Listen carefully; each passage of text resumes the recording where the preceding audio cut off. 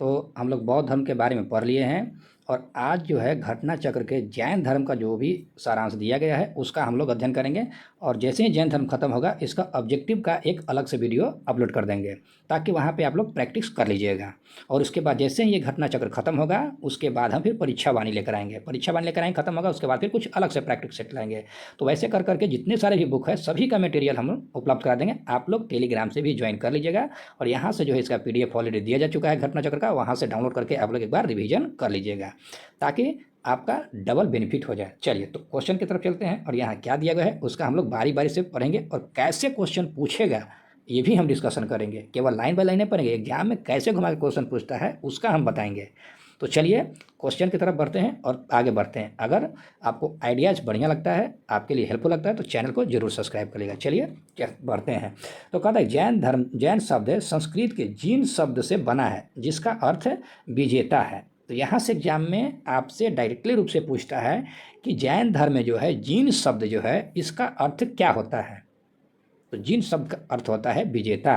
तो जैन संस्थापकों को तीर्थकर जबकि जैन महात्माओं को निरर्थक कहा गया है। तो यहाँ से तो सवाल अभी तक पूछा नहीं है लेकिन पूछने की संभावनाएं हैं। तो जैन धर्म में जो है महात्माओं को क्या कहा जाता है, तो निर्ग्रंथ कहा जाता है। तो आप यहाँ से निर्ग्रंथ जरूर याद रखिएगा। जैन धर्म में कुल कितने तीर्थकर हुए, ये एग्जाम में ऑलरेडी पूछ चुका है कि जैन धर्म में जो है कितने तीर्थकर हुए टोटल, तो 24 हुए हैं जिन्होंने समय समय पर जैन धर्म का प्रचार प्रसार किया है। ठीक है, तो जैन धर्म को जो है प्रचार प्रसार ऑलरेडी कर चुके हैं। तो प्रथम क्या लिखा है कि ऋषभनाथ या आदिनाथ। ठीक है, प्रथम जो है ऋषभनाथ या आदिनाथ।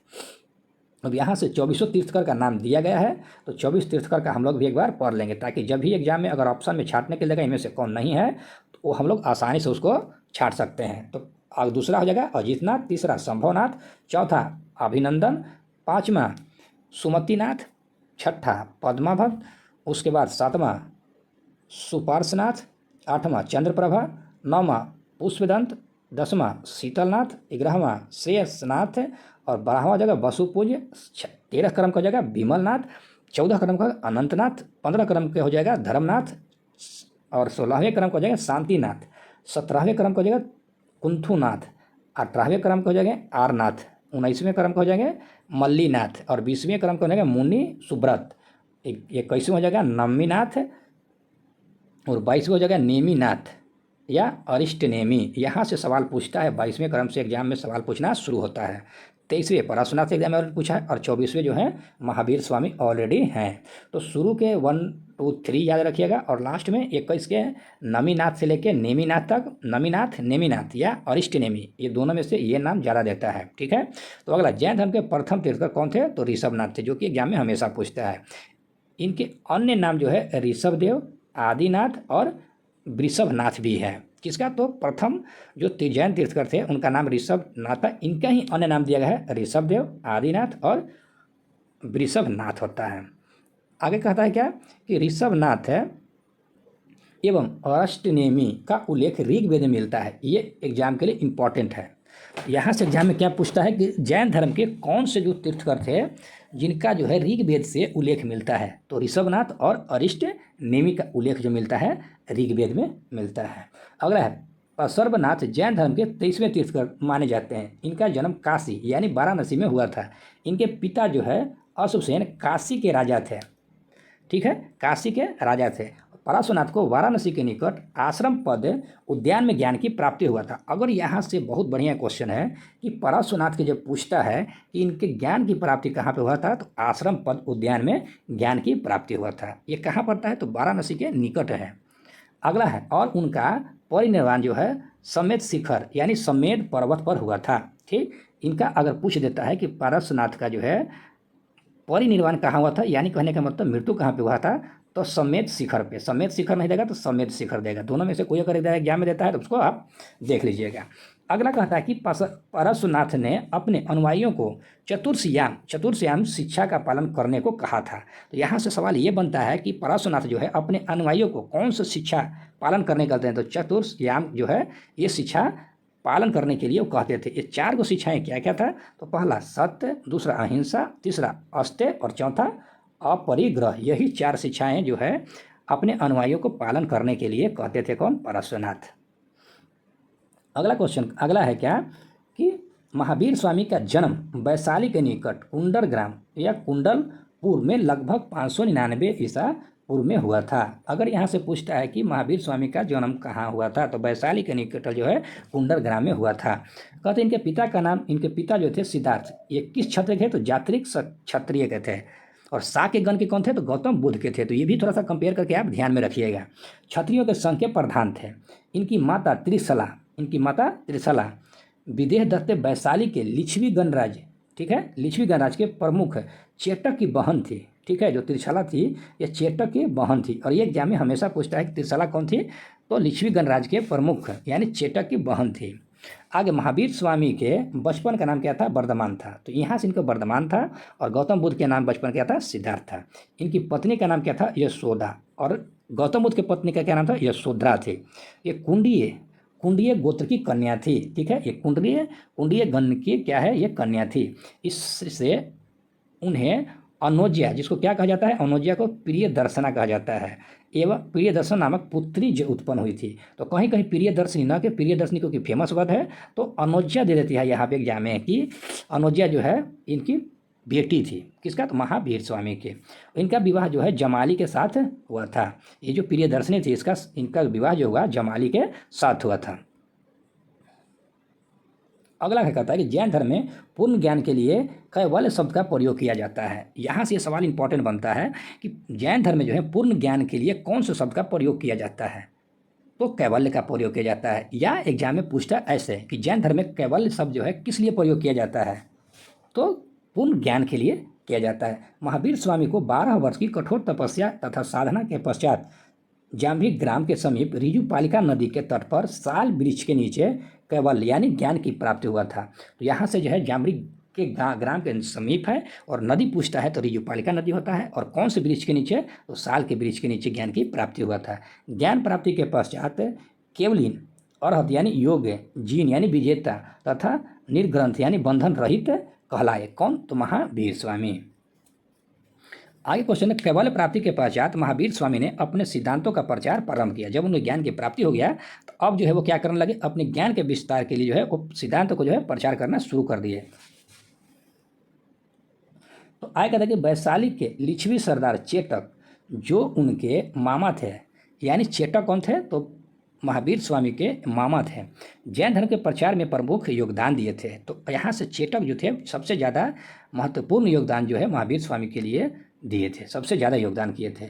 महावीर स्वामी को उनके प्रथम शिष्य जमाली से मतभेद हो गया। जमाली कौन था तो इनके दामाद था, ठीक है। तो जमाली से मतभेद हो गया, तो मतभेद के कारण क्रियमानकृत सिद्धांत यानी कार्य करते ही पूर्ण हो जाना था, यानी इसके द्वारा क्रियमानकृत सिद्धांत था, ठीक है। ये मतभेद का मेन कारण था। इस मतभेद के कारण जमाली ने संघ छोड़ दिया, जमाली जो है संघ छोड़ दिया और एक नए सिद्धांत बहुत्तरवाद का प्रतिपादन किया। तो बहुत्तरवाद का मतलब होता है कार्य पूर्ण होने पर ही पूर्ण माना जाएगा, ये इसका मतलब होता है। तो जैन धर्म में दूसरा विद्रोह जमाली के विद्रोह के 2 वर्ष बाद, यहाँ से सवाल ये पूछ देता है कि पहला जो है जमाली के साथ हुआ था तो उसके बाद कितने वर्षों के बाद जो है दूसरा विद्रोह हुआ था तो तीसगुप्त ने किया था। दूसरा जो विद्रोह 2 साल के बाद है तो तीसगुप्त ने किया था, ठीक। ये भी ध्यान रखना कि जमाली के विद्रोह के कितने सालों के बाद दोबारा विद्रोह जो हुआ था तो जैन धर्म में तो ये हुआ था 2 साल के बाद, और किसके साथ हुआ था तीसगुप्त ने किया था। विभिन्न स्रोतों नंदवंश एवं विषसंकिच नामक आजीवक आचार्यों का उल्लेख करते हैं जो मखली पुत्र गोसाल से पूर्व भी कार्य करते थे। यहाँ से ये जो है मखली पुत्र गोसाल से पूर्व ये लोग कार्य करता था, जिसका उल्लेख मिलता है। अगला कहता है कि इसका अभिप्राय जो है गोसाल से पहले भी आजीवक संप्रदाय उपस्थित था। यानी क्या कहता है गोसाल से पहले भी आजीवक संप्रदाय उपस्थित था। संभवतः इससे सर्वप्रथम लोकप्रिय गोसाल द्वारा दिलाया गया था, ठीक है। यहाँ से क्या कहता है कि संभवतः जो है सबसे सर्वप्रथम लोकप्रियता गोसाल द्वारा दिलाया गया था, अतः इन्हें ही परंपरानुसार आजीवक संप्रदाय का प्रवर्तक माना जाता है। यहीं से एक सवाल पूछता है कि आजीवक संप्रदाय के प्रवर्तक किसे माना जाता है तो मखलीपुत्र गोसाल को माना जाता है, ठीक। इसका जो है यहाँ से अब आते हैं इसका यानी गोसाल का मत जो है नियतवादी यहाँ से कहते हैं नियतवाद या भाग्यवाद कहा जाता है। इसके अनुसार संसार की प्रत्येक वस्तु भाग्य द्वारा पूर्ण नियंत्रण एवं संचालित होता है। कहता है कि अगर जो है भाग्यवाद में क्या कहा जाता है कि संसार की प्रत्येक वस्तु भाग्य द्वारा पूर्ण नियंत्रण एवं संचालित होता है। 527 ईसा पूर्व में लगभग 72 वर्ष की आयु में राजगीर के समीप स्थित पावापुरी नामक स्थान पर महावीर स्वामी ने शरीर त्याग दिया। तो यहाँ से एग्जाम में पूछता है कि महावीर स्वामी की मृत्यु जो है कितने वर्ष का आयु में हुआ था, तो 72 वर्ष का आयु में था। अगर गौतम बुद्ध के पूछता है तो 80 वर्ष में। तो महावीर स्वामी ने पंच महाव्रत की शिक्षा दी है, जो किस पे आधारित था, तो अहिंसा, सत्य, अस्त्य, अपरिग्रह दिए थे। अगला कहते हैं कि महावीर स्वामी 5 महाव्रत की शिक्षा दिए। कौन कौन सा, तो अहिंसा, सत्य, अस्त्य, अपरिग्रह और ब्रह्मचर्य। ये 5 गो शिक्षा जो है महावीर स्वामी के द्वारा दिया गया था। प्रथम 4 महाव्रत जो है पार्श्वनाथ के समय ही प्रचलित था। तो यहाँ से सवाल ये पूछता है कि महावीर स्वामी जो है कौन से महाव्रत को जोड़े थे। तो यहाँ कौन से महाव्रत को जोड़े थे, तो यहाँ से महावीर जो स्वामी है ये महाव्रत जोड़े थे ब्रह्मचर्य को। ब्रह्मचर्य को जो है महावीर स्वामी जोड़े थे। अगला, जैन धर्म में गृहस्थों के लिए 5 महाअनुव्रत के रूप में व्यवहार हुआ था, यानी व्यवहार किया गया था कि 5 को महाअनुव्रत रहेगा, क्योंकि संसार में रहते हुए इन महाव्रतों का पूर्णतः पालन करना संभव नहीं है। इसलिए जो है आंशिक रूप से इन अनुव्रतों के पालन हेतु कहा गया है कि ये 5 अनुव्रत हैं। जैसे क्या है, अहिंसानुव्रत, उसके बाद सत्यानुव्रत, अस्त्य अनुव्रत, ब्रह्मचर्य अनुव्रत एवं अपरिग्रह अनुव्रत। ये 5 को जो है किसके लिए अनुव्रत दिया गया है, जो परिवार के साथ लालन पालन करते हुए चलने के लिए, परिवार के साथ या व्यवहार के साथ। तो इसमें कहा गया कि महावीर स्वामी ने वेदों की अपौरुषेयता स्वीकार करने से इनकार किया तथा धार्मिक सामाजिक रूढ़ियों एवं पाखंडों का विरोध किया। जो महावीर स्वामी थे ये पाखंड लोगों को क्या करते थे, विरोध करते थे। अगर उन्होंने आत्मवादियों, नास्तिकों के एकांतित मतों को छोड़कर बीच के मार्ग अपनाए, जिन्हें क्या कहा जाता है, स्यादवाद कहा जाता है। स्यादवाद को सप्तभंगनीय के नाम से भी जाना जाता है। तो यहाँ से सब क्वेश्चन आता है कि किस मार्ग का जो है महावीर स्वामी ने पालन किया था। तो स्यादवाद के जो पालन किए थे कौन, महावीर स्वामी। और स्यादवाद को जो है सप्तभंगनीय के नाम से भी जाना जाता है। यह जो है ज्ञान की सापेक्षता के सिद्धांत है, ठीक है। यही जो है सप्तभंगनीय जो है कहता है क्या है कि यह जो है ज्ञान के सापेक्षता का एक सिद्धांत है। महावीर स्वामी पुनर्जन्म एवं कर्मवाद में विश्वास करते थे। महावीर स्वामी जो है पुनर्जन्म और कर्मवाद दोनों में विश्वास करते थे। एग्जाम ये भी पूछता है कि महावीर स्वामी जो है इनमें से किस में विश्वास रखते थे। तो आपको एक में दे देगा केवल पुनर्जन्म, केवल कर्मवाद, दूसरा में दे देगा पुनर्जन्म एवं कर्मवाद दोनों। तो आप इस चीज़ को ध्यान रखिएगा कि ये दोनों का जो है जरूर याद रखिएगा। अगला है, किंतु ईश्वर के अस्तित्व में उनका विश्वास नहीं था, यानी ईश्वर के जो अस्तित्व है उसमें इनका विश्वास नहीं था। चलिए अगला यहाँ से कहता है कुछ जैन तीर्थकर हैं, उनका प्रतीक चिन्ह है। तो सबसे पहले है ऋषभदेव। ऋषभदेव कौन सा जाएंगे, बैल। अजीतनाथ के हाथी, शंभवनाथ का अश्व, पद्मावत के कमल, सुपसर्वनाथ के साथियाँ, मल्लीनाथ के हो जाएगा कलश। अगला है नमीनाथ। नमीनाथ का हो जाएगा नील कमल। नेमीनाथ का हो जाएगा शंख है। यहाँ से ये नेमीनाथ के पूछता है तो शंख फल आप याद रखिएगा। सर्वनाथ के पूछता है, सर्प फल पूछता है, महावीर स्वामी के सिंह। यही 3 जो क्वेश्चन एग्जाम में मैक्सिमम पूछता है। चलिए अगला क्वेश्चन अगला है कि अज्ञान के कारण कर्म जीव की ओर आकर्षित होने लगता है, यानी अज्ञान के कारण जो है कर्म जीव की ओर आकर्षित होने लगता है, जिसे अश्रव कहते हैं। क्रोध, लोभ, मान, माया आदि जो है कुप्रवृत्तियां हैं। ये सब क्या कहते हैं, कुप्रवृत्ति है जो अज्ञान के कारण उत्पन्न होता है। अवधि अज्ञान होता है तो उस समय क्रोध आता है, लोभ आता है, मान आता है और माया आता है, ठीक है। ये सब जो उत्पन्न होता है मनुष्य में ये अज्ञानता के कारण होता है। और किस में कहा गया है, तो जैन धर्म में कहा गया है। जैन धर्म में मोह के लिए 3 आवश्यक साधन बताए गए हैं कि जैन धर्म जो है मोक्ष के लिए, मोह नहीं है मोक्ष के लिए है, 3 गो आवश्यक साधन बताए गए। क्या बताएगा 3 गो साधन, सम्यक दर्शन, सम्यक ज्ञान और सम्यक चरित्र। ये किस लिए बताया गया है, मोक्ष के प्राप्ति के लिए 3 मार्ग बताया गया है। इन तीनों को जैन धर्म में त्रिरत्न की संज्ञा दिया गया है। त्रिरत्नों के अनुसरण करने से कर्मों का जीव की ओर प्रवाह रुक जाता है, जिसे क्या कहते हैं, संवर कहते हैं। आगे क्या कहते हैं कि इसके बाद जो है जीव में पहले से व्याप्त कर्म समाप्त होने लगता है, जिसे क्या कहता है, निर्जरा कहा जाता है। अगर पहले से जो भी व्यवहार किया जा रहा है वो धीरे धीरे समाप्त होने लगता है, और इसको क्या कहते हैं, तो निर्जरा कहते हैं। आगे जब जीव में ये निर्जरा हो गया, अब जैसे कहता है क्या कि जीव में पहले से व्याप्त कर्म जो है समाप्त होने लगता है, तब उसको निर्जरा कहते हैं। और जब जीव में क्या होता है, तो जब जीव में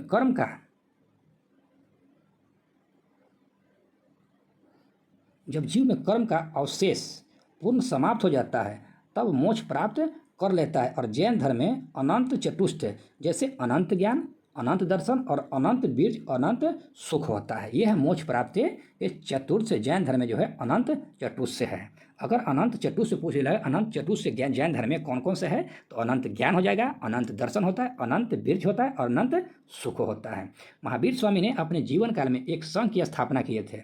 ठीक है, महावीर स्वामी कहते हैं कि अपने जीवन काल में एक संघ की स्थापना की है। इस संघ में 11 प्रमुख अनुयायी सम्मिलित थे। ये जो है गंधर कहे गए, यानी जो संघ बनाए थे उसमें 11 गो अनुयायी थे। उसमें 11 अनुयायी, एक संघ में 11 अनुयायी, और ये जो अनुयायी थे इन्हें क्या कहा जाता है, गंधर कहे जाते थे। इनके नाम थे कौन कौन, तो आप एक बार नाम तो जरूर देख लीजिए कौन कौन थे। तो यहाँ से कहता है कि इंद्रभूति, अग्निभूति और वायुभूति, ये तीनों भाई थे। उसके बाद सुचिदत्त, सुधर्मा, मांडव्य, मौर्यपुत्र, अंकपन, अचल, मेदार्ज तथा प्रभास, ये 11 गोच थे इस संघ में शामिल थे। महावीर की मृत्यु के पश्चात सुधर्मा जैन धर्म के प्रथम अध्यक्ष बने। और यही एग्जाम में पूछता है कि जैन धर्म में जो है महावीर स्वामी की मृत्यु के बाद जो है प्रथम अध्यक्ष कौन बना था, तो सुधर्मा जो है प्रथम अध्यक्ष बना था। सुधर्मा की मृत्यु के पश्चात जम्बू जो है 44 वर्षों तक संघ के अध्यक्ष रहा। जो जम्बू था ये कितने वर्षों तक अध्यक्ष रहा था, तो 44 वर्षों तक जैन धर्म के अध्यक्ष रहा था। अंतिम नंद राजा के समय संभुत विजय जो है तथा भद्रबाहु संघ के अध्यक्ष थे। कहता अंतिम नंद राजा के समय, जो कहता है कि जो नंद राजा थे वो अंतिम रूप से था, उसके समय जो है कौन अध्यक्ष था। यहाँ से सवाल ये पूछता है कि जैन धर्म जो है कि नंद वंश के अंतिम राजा के समय जो है कौन संघ का अध्यक्ष था, तो हो जाएगा संभुत विजय एवं भद्रबाहु हो जाएगा। महावीर द्वारा प्रदत्त 14 पुब्बो यानी पूर्वजों यानी प्राचीन जैन ग्रंथों के विषय में जानने वाले 2 अंतिम व्यक्ति थे। ठीक है, आगे कहता है कि कालांतर में जैन संप्रदाय जो है 2 संप्रदाय में विभक्त हो गया। कालांतर में जो जैन संप्रदाय था वो 2 संप्रदाय में विभक्त हो गया। पहला हो गया श्वेतांबर और दूसरा दिगंबर हो गया। तो स्थूल भद्र के अनुयायी श्वेतांबर कहलाते हैं। और यही एग्जाम में पूछता है कि इनमें से कौन जो है श्वेतांबर के अनुयायी थे, तो ऑप्शन दोनों रहेगा, भद्रबाहु रहेगा और स्थूल भद्र भी रहेगा। तो भद्रबाहु के अनुयायी क्या कहलाते थे, तो दिगंबर कहलाते थे। यापनीय जो है यापनीय जैन धर्म का एक संप्रदाय है। यहाँ से ये पूछ सकता है कि यापनीय जो है किस धर्म के संप्रदाय है, तो बौद्ध धर्म, जैन धर्म, शैव धर्म करके दे सकता है। तो आप याद रखिएगा कि जैन धर्म का प्रथम जैन सभा 310 ईस्वी में कहाँ पे हुआ था, तो पाटलिपुत्र में स्थूल भद्र की अध्यक्षता में संपन्न हुआ था। इस सभा में जैन धर्म के 12 अंगों का संकलन किया गया था। तो यहाँ से जरूर याद रखिएगा कि कितने, जब प्रथम बौद्ध संगीति हुआ था, प्रथम जैन सभा हुआ था, तो जैन सभा में जो है कितने जैन धर्म के कितने अंगों का संकलन किया गया था, तो 12 अंगों का संकलन किया गया था। इसमें भद्रबाहु के अनुयायियों ने भाग नहीं लिया था। यहाँ से इंपॉर्टेंट सवाल ये बनता है कि प्रथम जैन सभा में जो है भद्रबाहु का जो अनुयायी था वो भाग लिया था कि नहीं लिया था, यस और नो में नहीं देगा। या तो इसको घुमाकर भी पूछ सकता है कि इनमें से किस शव संगीति में जो है भद्रबाहु के अनुयायी ने भाग नहीं लिया था, जैन धर्म, बौद्ध धर्म, शैव धर्म और धर्म जैसे वैष्णव धर्म। तो यहाँ से हो जाएगा जैन धर्म हो जाएगा। द्वितीय जैन सभा 6ठी शताब्दी ईसा पूर्व में बल्भी, यानी बल्भी कहाँ पड़ता है, तो गुजरात में देवधर्मीय क्षमाश्रम की अध्यक्षता में संपन्न हुआ था। क्षमाश्रम के अध्यक्षता में संपन्न हुआ था, कहाँ पे, तो बल्भी में। द्वितीय जैन सभा के समय 12 अंग, 12 उपांग, 10 प्रकीर्ण, 6 गो छेद सूत्र और 4 गो जो है मूल सूत्र तथा अनुयोग सूत्र का संकलन किया गया था। यहाँ पे बढ़ गया। प्रथम में केवल 12 अंग का ही संकलन था, लेकिन द्वितीय में हो गया 12 अंग हो गया, 12 उपांग भी हो गया, 10 गो प्रकीर्ण, 6 गो छेद सूत्र और 4 गो मूल सूत्र हो गया। अब सभी के बारे में थोड़ा सा दे दिया गया है कि जैन साहित्य को आगम कहा जाता है। ये भी एग्जाम में कई बार पूछा है कि जैन साहित्य को क्या कहा जाता है, तो जैन साहित्य को आगम कहा जाता है। इसके अंतर्गत 12 अंग, 12 उपांग, 10 प्रकीर्ण, 6 छेद सूत्र और 4 गो मूल सूत्र तथा 2 गो जो होता है चुलिका सूत्र होता है, ठीक, की गणना किया जाता है। जैन आगम में 12 अंगों का प्रमुख स्थान है। जो 12 अंग था उसका प्रमुख स्थान है, विशेष रूप से इसको स्थान दिया गया है कहाँ पे, जैन धर्म में। ये 12 को कौन कौन से है, तो आयरन सूत, सुयंग दत्त, थानंग, उसके बाद समय सवायंगम, उसके बाद भगवई बी याह पन्निति, उसके बाद क्या दिया गया है, पन्याधम कहावो, उसके बाद यहाँ दिया गया है उवास गदसावो, अंतरदशावो, अनुतरो वाई कयादसो। बहुत टेढ़ा नाम दिया गया है, इसको आप लोग पढ़ लीजिएगा एक बार। और 12 अंगों से संबंधित एक एक उपांग ग्रंथ है, यानी 12 को जो अंग है उससे संबंधित एक एक उपांग दिया गया है। ठीक है, तो 12 को अंग है तो 12 को उपांग है। इसमें से ब्रह्मांड का वर्णन, प्राणियों का वर्गीकरण, खगोल विद्या, काल विभाजन, मरणोत्तर जीवन का वर्णन आदि का उल्लेख प्राप्त होता है। ये जो उपांग दिए गए इसमें इस सभी क्षेत्रों से इसमें इसका वर्णन किया गया है। 12 उपांग कौन कौन से है, तो ये 12 को जो है उपांग दिया गया है। 12 उपांग कौन कौन से है, ये जो है 12 को उपांग आपको दिया गया है। 6, 7, 8, 9, 10, 11 और ये 12 को उपांग दिया गया है। 10 प्रकीर्ण दिया गया है। प्रमुख ग्रंथों में विशिष्ट ये है, कौन कौन से है, 10 वो है। तो यहाँ से 1, 2, 3, 4, उसके बाद 5, 6, 7, 8 और उसके बाद और क्या हो जाएगा, 8 हो गया और 2 को यहाँ पे होगा 9 और ये 10। उसके बाद छेद सूत्र की संख्या कितना है, 6 को है। तो छेद क्षेत्र की संख्या जो इसमें कहता है जैन भिक्षुओं के लिए विधि नियमों का संकलन किया गया है। तो यहाँ से अगर पूछ देगा कि बौद्ध भिक्षुओं के लिए नियमों का जो है संकलन किस में किया गया, तो छेद सूत्र में किया गया है। और छेद सूत्र की संख्या कितना होता है, तो 6 होता है। 6 कौन कौन होता है, 1, 2, 3, 4, 5 और 6।